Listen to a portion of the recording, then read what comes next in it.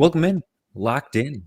It's the championship weekend edition, the conference championship weekend edition. All right, not to get ahead of myself there. Steve Bonham, Mason Cameron, Vishaal Gupta. How you guys doing this evening? Spectacular. Doing great. Awesome weekend of games we just watched. So can't be doing any better. They needed to just end the season after that Buffalo game, right? Just call it good right there. But yeah, it's a bunch of good games decided by essentially field goals. Last drives did it the entire weekend. So hoping that these rematches will turn out some good ones as well. So we're going to kick it off here with the first game of the weekend, which on Sunday at 3 p.m.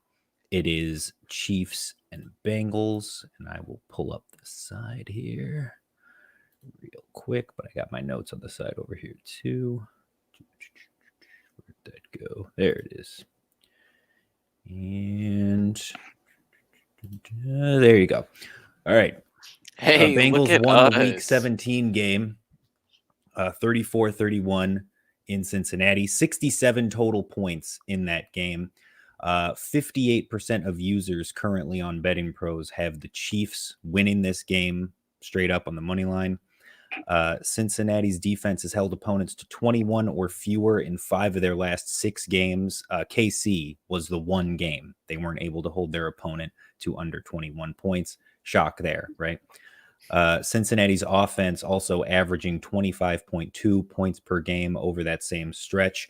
Meanwhile, we talked about it last week. KC defensively is a nightmare.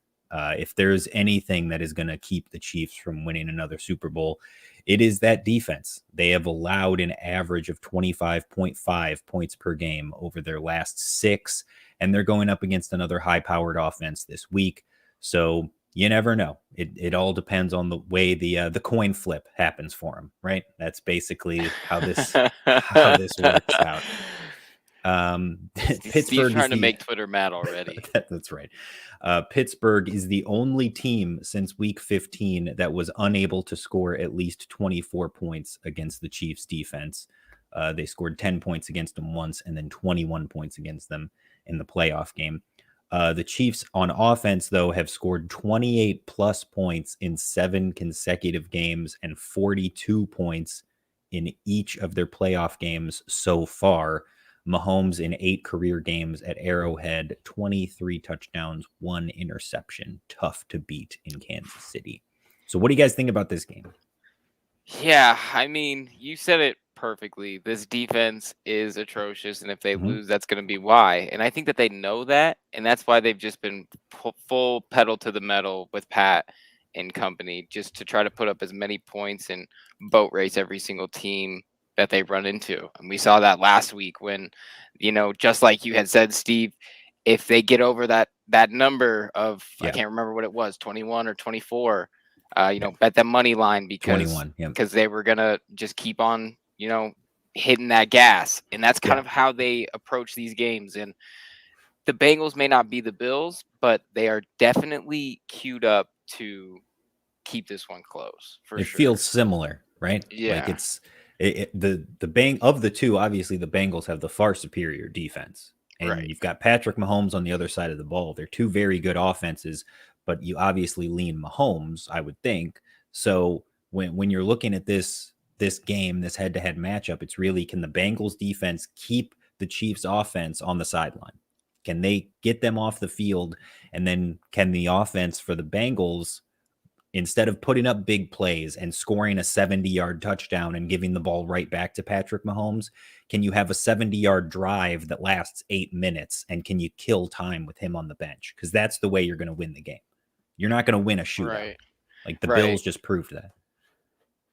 Yeah, that's the general, consensus on strategical approaches when you run into these high-powered offenses, is to just keep them off the field. And in a way, the Chiefs, might need to employ that kind of strategy on the other side of the ball too, because you don't really want Joe Burrow to also have that ability to maybe put up some points, because like you did just say, the Chiefs defense is the worst unit. They've been very bad lately, and it's a little hard to get behind them to fully not only like, I think this game's gonna be a lot closer than the 7 indicates here, because if we look at kind of how they've played, Cincinnati away against the spread 7-2 this year. That's third best in the NFL. And Kansas City against the spread as a favorite of a touchdown or more, they're only 5-4. Now, not many teams get a full touchdown favorite every single week, and to get it 9 times in the season is impressive. But to only cover it 5 times is obviously pretty jarring. And when you look at how Cincinnati played them in the few weeks ago, it shows that this team can show up and play. And this Kansas City team isn't the team that we're used to seeing. And we say that every week, and they come out and they put up 42 the last pair of weeks. But they still have some cracks in the armor that I think teams can take advantage of. Now, if they take advantage of it, is another story. We saw the Bills play a pretty good game and still not be able to do it. So I guess we'll see. But 7's still a number that scares me. Yeah, 7 definitely feels like 2 or 3 points too many on this one. Yeah. And what Cincinnati did in this matchup a few weeks ago was just super impressive. The fact that they were down double digits at multiple different times in the game when we were able to come back in those instances was just super impressive. And Burrow to chase in that game was literally unstoppable. I don't know, it was like 11 catches, 200 yards, 3 touchdowns, something like that. They were just completely unstoppable.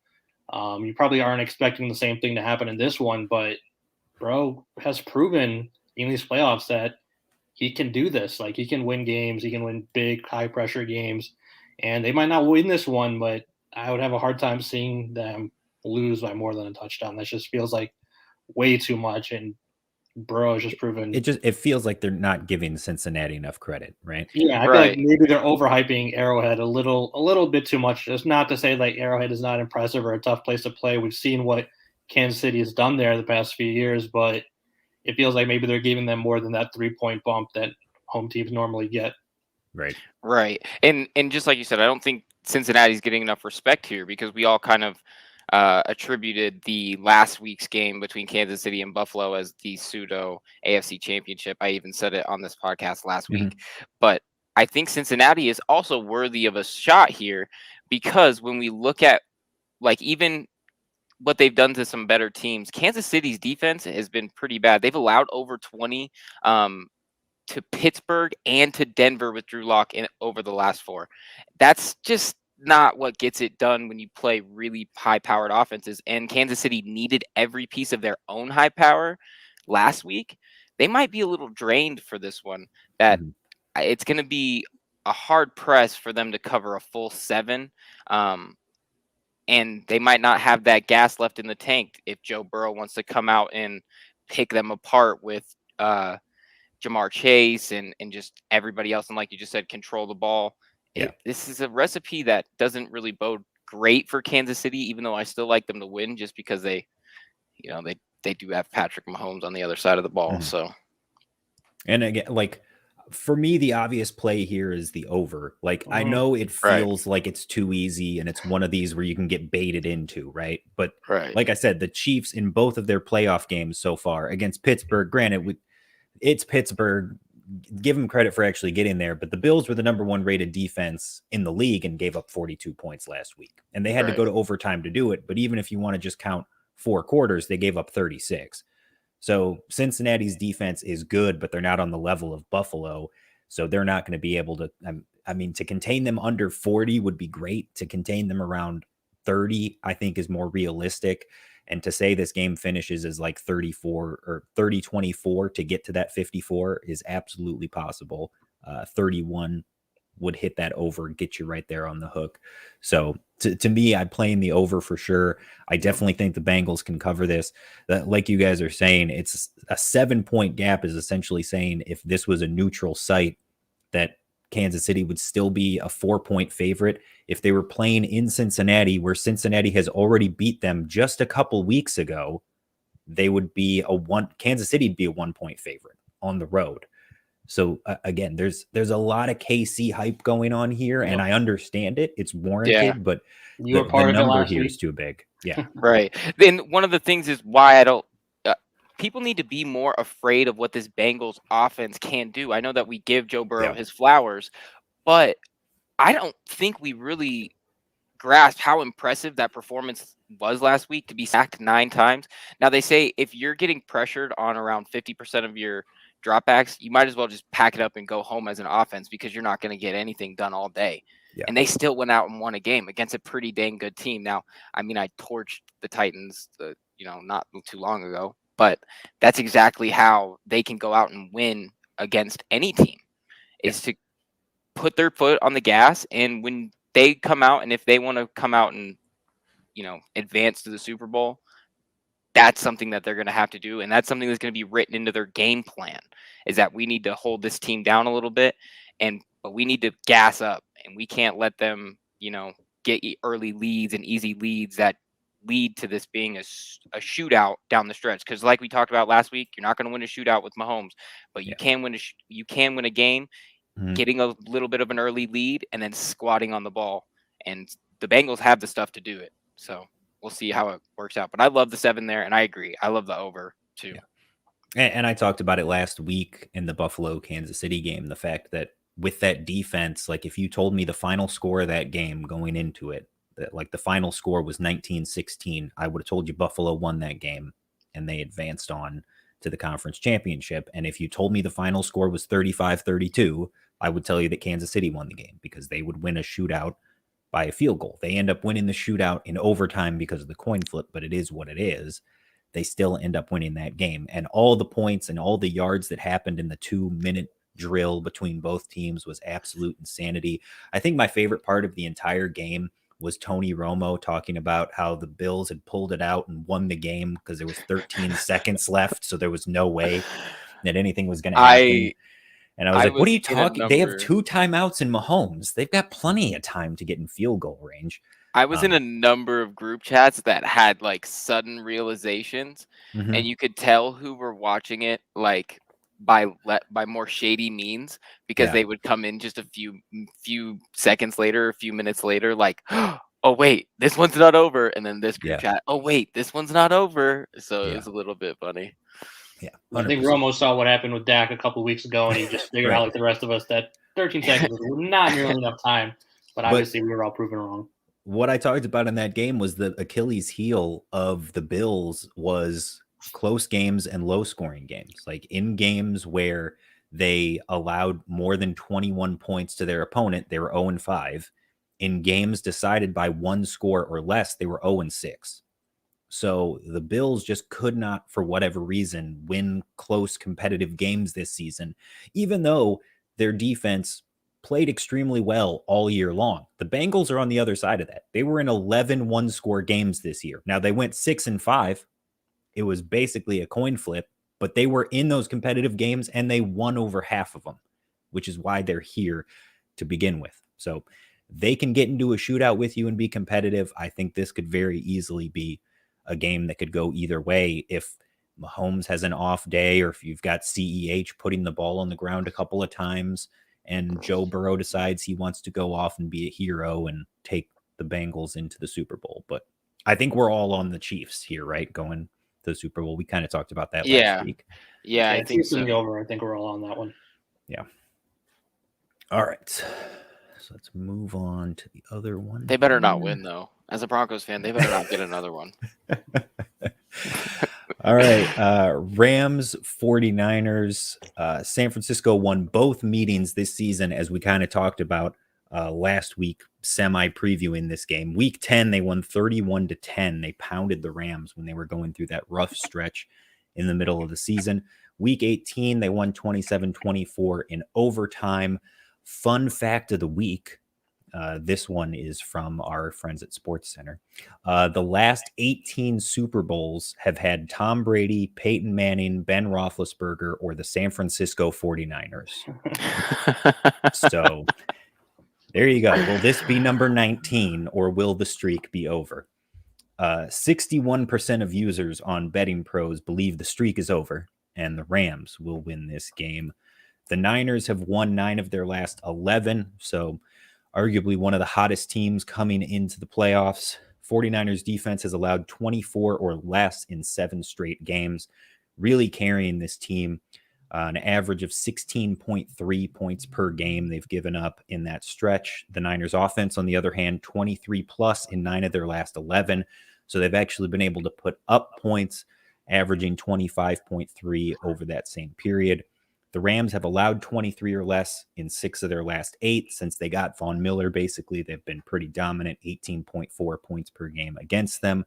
The Rams offense has scored at least 20 in their last 9 consecutive, including 5 games with 30 or more, averaging 28.1 points per game. Only the Chiefs playing better on offense right now. That is the fireworks show that I want to see. That is what I predicted at the beginning of these playoffs, and that's where I'm leaning again. This is going to be the toughest test for the Rams all playoffs, but again, in a game where they were winning and dominating Tom Brady and the Bucs on the road, they still pulled out a victory despite fumbling at the 1, fumbling a ball 30 yards over the head of Stafford on a snap, and fumbling again at their own 30 to put Tom Brady in quick score position.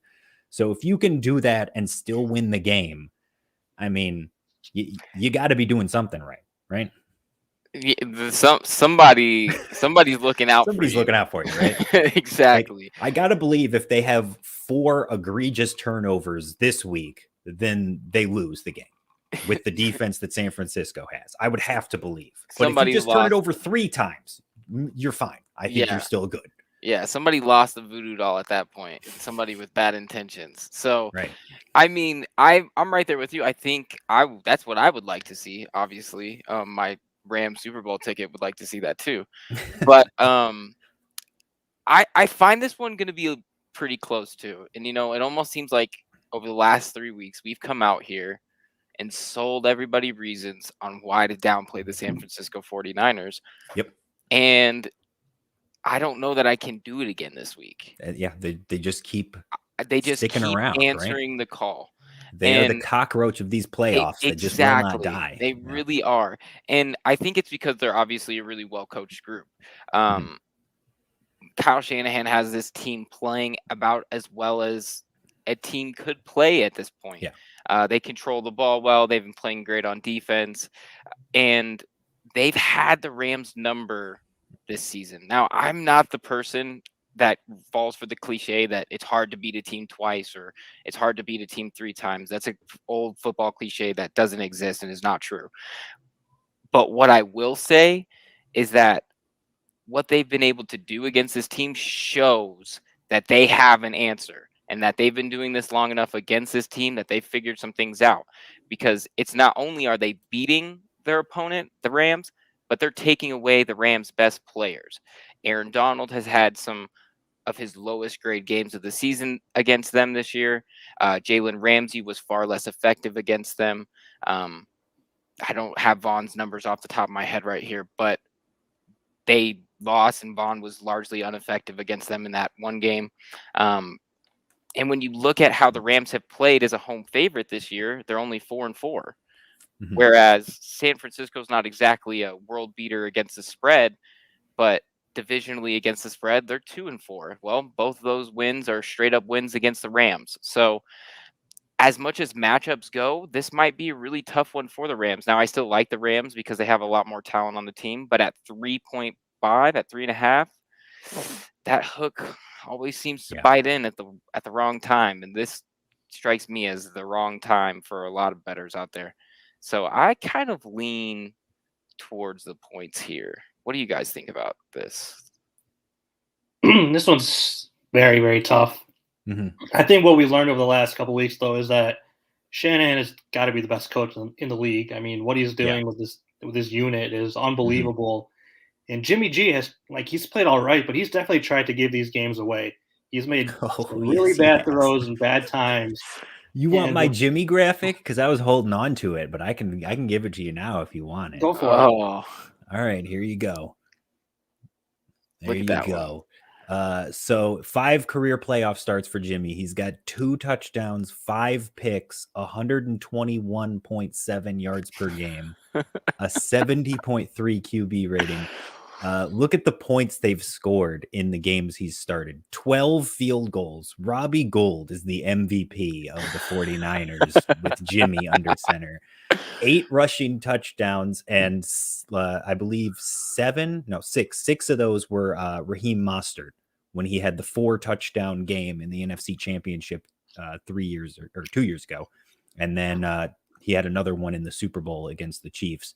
And then, of course, the 2 passing touchdowns from Jimmy and the blocked punt last week, which was the only reason they were even in that game with Green Bay with a chance to kick the field goal. And let me just go ahead and there's 45 different QBs, okay, that have had at least 100 pass attempts in the postseason since the year 2000. Of those 45 QBs, Jimmy ranks dead last in passing yards, despite the fact that he has played more games than 14 of the other 44 QBs. He also ranks 39th with that 70.3 QB rating. He's just barely ahead of Rex Grossman, Steve McNair, Carson Palmer, Brad Johnson, and Andy Dalton. His QB rating worse than guys like Chad Pennington, Jared Goff, Kerry Collins, Jake Delhomme, and Ryan Tannehill. Stop. He's dead, Steve. He's dead already. And on that same list of 45 quarterbacks, Stafford ranks 4th, only behind Mahomes, Josh Allen, and Kurt Warner. So if you're comparing QBs in this game, there's no comparison. Yeah, no, none at all. And somebody somewhere is really mad looking up Jimmy Garoppolo's very high EPA per play this year on you. So look, he's done well to, I guess, not completely blow it, but the reason that they have won these games and gone on these runs with him 2 of the last 3 years now is because of the defense. Is because the defense has stopped the other side of the ball, and Robbie Gould is kicking field goals and has gone, what is it now, 20 for 20 in his career in the playoffs, kicking field goals and just carrying this team offensively apparently to another Super Bowl appearance. So if you're telling me this is a low, again, it's the same thing as the KC Buffalo game. If you tell me the final score in this game is 19-16, congratulations, San Francisco. You're going to the Super Bowl. But if you're telling me the final score is 35-32, I'm thinking it's going to be the Rams. I'm thinking, where did the 32 come from? How do they score that many points? A couple of pick sixes from Stafford, because that's about it. True. Yeah. See, and the thing about Robbie Gould, 9 field goals and gets 27 and the other thing that they've leaned on, like we kind of touched on earlier, is it's the coaching too. It's the scheme. Yeah. The scheme itself is built in for this production, and Jimmy Garoppolo does his best to hang on. Right. And that's what you see when you see like his air yards per attempt being kind of high, and it's because he doesn't check down the ball because the system doesn't really require him to do that. So he's trying to make these throws, and that's where we get these throws, these 2 to 3 throws every single game that we're like, what are you doing? Mm-hmm. And it's the same idea that the scheme itself is very complex and tough to learn, but it's so good that even a guy like Jimmy Garoppolo that can just learn it and be serviceable. And that's kind of all they've used him as a serviceable option. And hopefully we get to see Trey Lance eventually when he gets more of this under his belt. And I think them starting with Jimmy Garoppolo isn't necessarily like an indictment on Trey Lance. It's just that the system is incredibly large and complex and takes a long time for any single player to learn. So you would rather, as a play caller, have the guy that has all of the tool or all of the plays in the bag to use at his disposal. You don't want the guy where you're play calling with one hand behind your back. So hopefully eventually we get to see that. For this right now, it's obviously going to be a problem, and he's probably going to give up the ball a couple of times, and they're going to be fighting against that. But what they do well is kind of like what we talked about with the last game, is that they do control the ball, very well with their very creative running. I don't just want to say creative, it's just such a cop out, but they run the ball better than most teams out there, and then they throw off of it as good as anybody in the league, and their cohesive game plans are adjusted on the fly to Right. whatever the team is doing. And it's been such a cliche leading up to this game, but Kyle Shanahan is one of the best out there that runs this system. Now, both teams run the same system off the same tree, off Mike Shanahan's West Coast tree. And Kyle just does a better job with it. He's done a better job adjusting against Sean McVay and LaFleur and anybody else that they've come up against. And he showed it the last week, and he's going to show it this week too. And the game plan is going to be a big deciding factor. So, like you said, I like to see this game, I think, be one of those closer and low scoring games. And I even see the hook maybe coming into play here. I think it could on just the be total. yeah.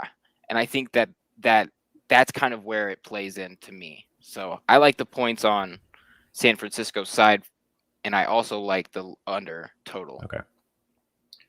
Yeah, I might have to agree with you on that one. And I definitely agree with what you said about Shanahan and his coaching in the schemes. I mean, if you look at the last drive last week, all they were doing was just running angle routes and Texas routes, and they were just wide open the entire drive. He was hitting Kittle, he was hitting Samuel, and he was hitting Mitchell. I mean, that's all he was doing. It was so easy for Jimmy that he just couldn't mess those up because the guys were right open right in front of him. And that's what Shanahan can do. He makes things so easy for his quarterbacks. Right. And I think even going up against a good defense like LA, he can find these matchups. He can find these routes and schemes and patterns that just allow for Jimmy G to be good for maybe 90% of the game. He's obviously going to have one clunker pass in there somewhere because that's what he does. But I think the system is just good enough to overcome that. And what this defense has done, despite losing Robert Saleh last offseason, is just crazy. I mean, they're still one of the best defenses in the league. They just continue to dominate up front. Bosa and the rest of that line just eat you up, and you can't do anything about it. And, if Whitworth is out again this week, I mean, I think his backup played pretty well last week, but I think this is just a next level type of front four. And I think Stafford could have some trouble here with this front four. So I think I might go along with Mason on San Fran and the under. Yeah, I mean, look, to me, if you want to play into the narrative, if you will. So 3 years ago, you had the Rams in the Super Bowl going up against Tom Brady and the Patriots, and they lose that game 13-3 in a defensive battle that if they just had a quarterback, they could win and be Super Bowl champions very easily. Like Goff had a good year that year, but he made too many mental mistakes throughout the playoffs and especially in that game against the Patriots, and it cost them. Now they have gone out and gotten that quarterback. They've gotten Matthew Stafford. They've even added extra pieces to that defense to put them back in a position where they can be a Super Bowl caliber team. Jimmy Garoppolo was the quarterback 2 years ago when San Francisco was in the Super Bowl, and they were playing Patrick Mahomes and the Chiefs, and it was 24-20 with 1:40 left, and they snapped the ball on third down, and there's Emmanuel Sanders just running free, wide open, waiting to catch the touchdown to put him in the end zone and put them on top and give them a 3-point lead with 1.5 minutes left in that game. And Jimmy throws a duck that's 10 yards short of him, and the Chiefs are Super Bowl champions.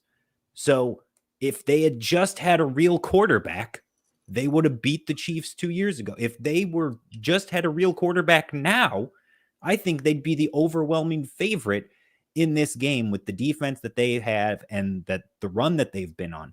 But Garoppolo is too much of a liability to me. And I think ultimately it's the Rams who actually went out and tried to improve the team instead of just sticking with what they had and seeing with what they've got. And I think that puts them over the top to me and gives me the Super Bowl I predicted, so I can finally be right. Okay. That's what I'm looking for here. That's mainly what I want. I'm hoping that they hit the over here. It was 41 points, like I said, in the first game, 31-10 when San Francisco blew them out and the Rams were having that rough patch. The last time they played, it was a 51-point total. And as I said, like both teams have been putting up decent numbers, and San Francisco, for the most part, it's been, because of their defense that they got to this point, but the Rams have been electric. They've been on fire. To me, I think they can put up over 30 and can easily creep up towards this number, even against San Francisco. So It's for me, I'm steering clear a little bit of that over under. I think that's pretty close to what it could be, just because I don't trust San Francisco's offense to get it over the top, but I'd lean more over.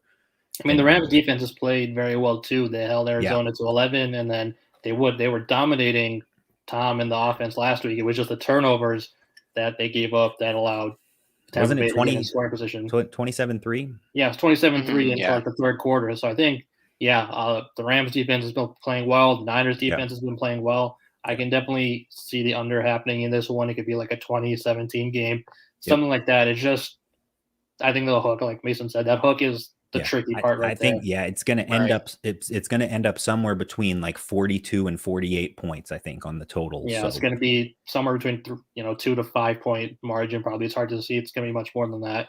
I think they've done a good job setting the line on this one. It's definitely a lot harder than the other game. Yeah, and against the spread, which is 3.5 right now for the Rams. Right now on Betting Pros, it's split 50-50 between Rams and Niners. So the public cannot decide which way they want to bet that. And it makes sense. Like we've talked about, like San Francisco could very easily lose this game by a field goal and cover the spread, or the Rams could blow up, have a huge game, and, go well past that number and very easily cover it. So to me, this is the most difficult game of the two to bet. I feel much more comfortable betting that Cincy Kansas City game. And I'm glad that this is the nightcap, because I think this is going to be the better of the two games for sure. And now more fireworks maybe in the first one. Yeah, and now that we said it, Jimmy Garoppolo is going to come out and throw his best game. Come on, Jimmy, shut me up. Prove me wrong.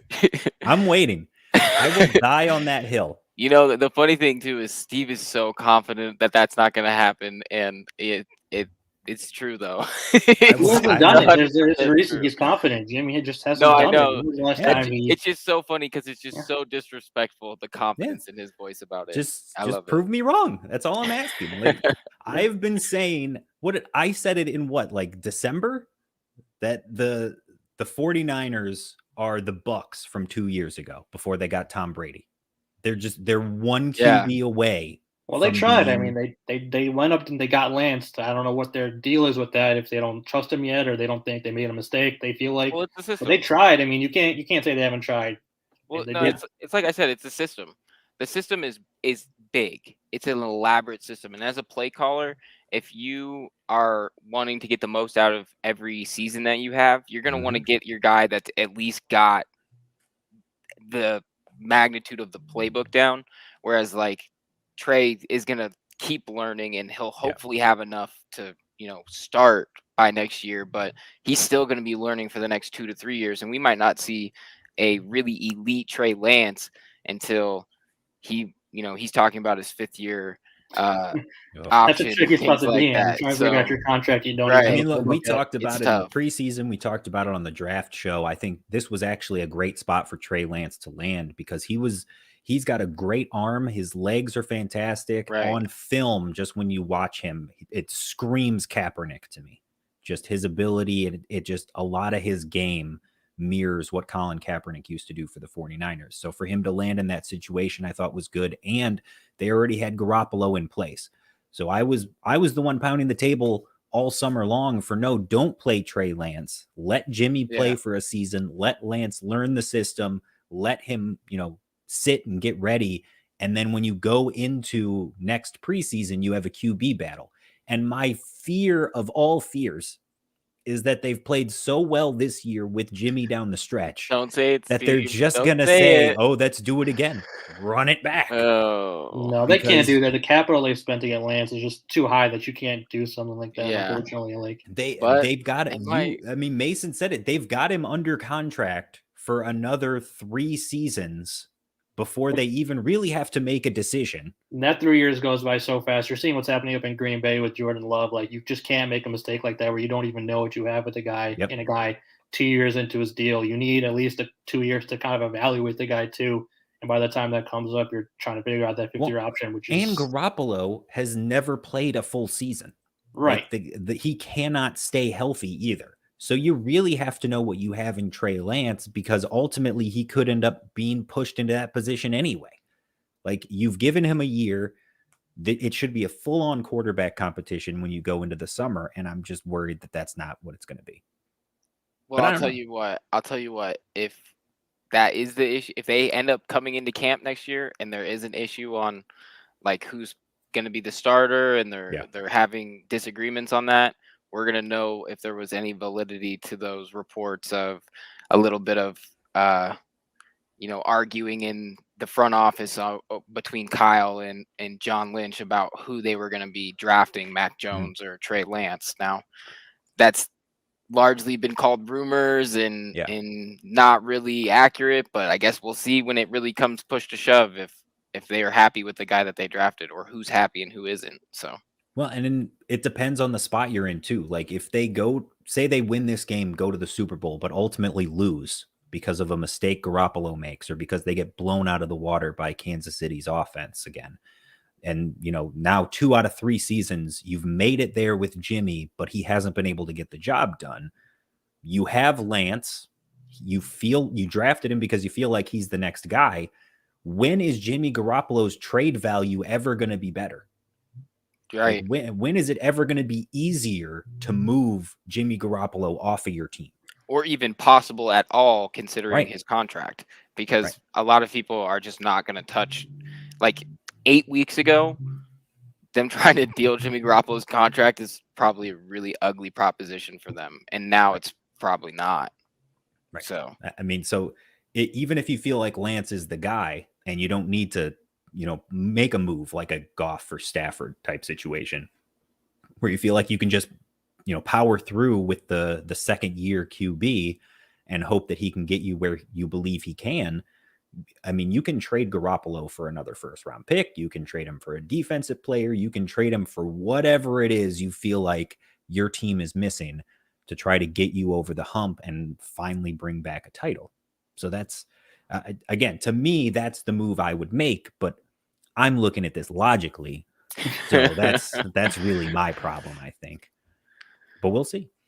We'll see. If The Jimmy Niners comes out and haven't throws lived. 3 touchdowns and no interceptions against the Rams, and they go to the Super Bowl, then it's a different conversation. Then he can shut me up, right? It just means that we live in the alternate universe, and there's Right. Another universe where all the regular shit happened. Exactly. Yes. There's about 99 universes out there where Jimmy Garoppolo is horrendous, but we would live in the one where he actually plays well. No, I prefer living in this one where the Packers lost and Aaron Rodgers is leaving Green Bay. So let's take it right with that one too. All things are right in the universe. Yep. Yeah, that's right. So Mason will be first in line to get his Rodgers jersey when Hackett brings him there to Denver. Rodgers and Adams, get the duo. They better, that better be the reasoning behind it. Mm-hmm. Well, I mean, you gotta set the bait if you're gonna trap him. Hackett's clearly the bait. Will he take it? I thought Shailene Woodley was the bait. I thought that was what we were setting. What's her connection to Denver? I don't even know. She lives in Boulder. Well, all right. Well, there you go. So that's the bait. It's that and Hackett. It's that easy. They have a text chain going in the background that we don't know about. Exactly. John what Elway. You don't know is that we all know each other in the state. Yeah. Everybody. We have a big group message. We hit it up, and everybody goes Broncos skiing on the Illuminati weekends. going on exactly. over there. Yeah, that's right. Okay, good to know. All right. Well, there you go. That breaks it down. We will be off next week, back in 2 weeks to talk about props and the spread and all that fun stuff for the Super Bowl for the last stream of the 2021 season. All right. So enjoy the games this weekend, gentlemen. Enjoy the games, everybody watching. Thank you for watching. As always, until next week, keep up the nonsense.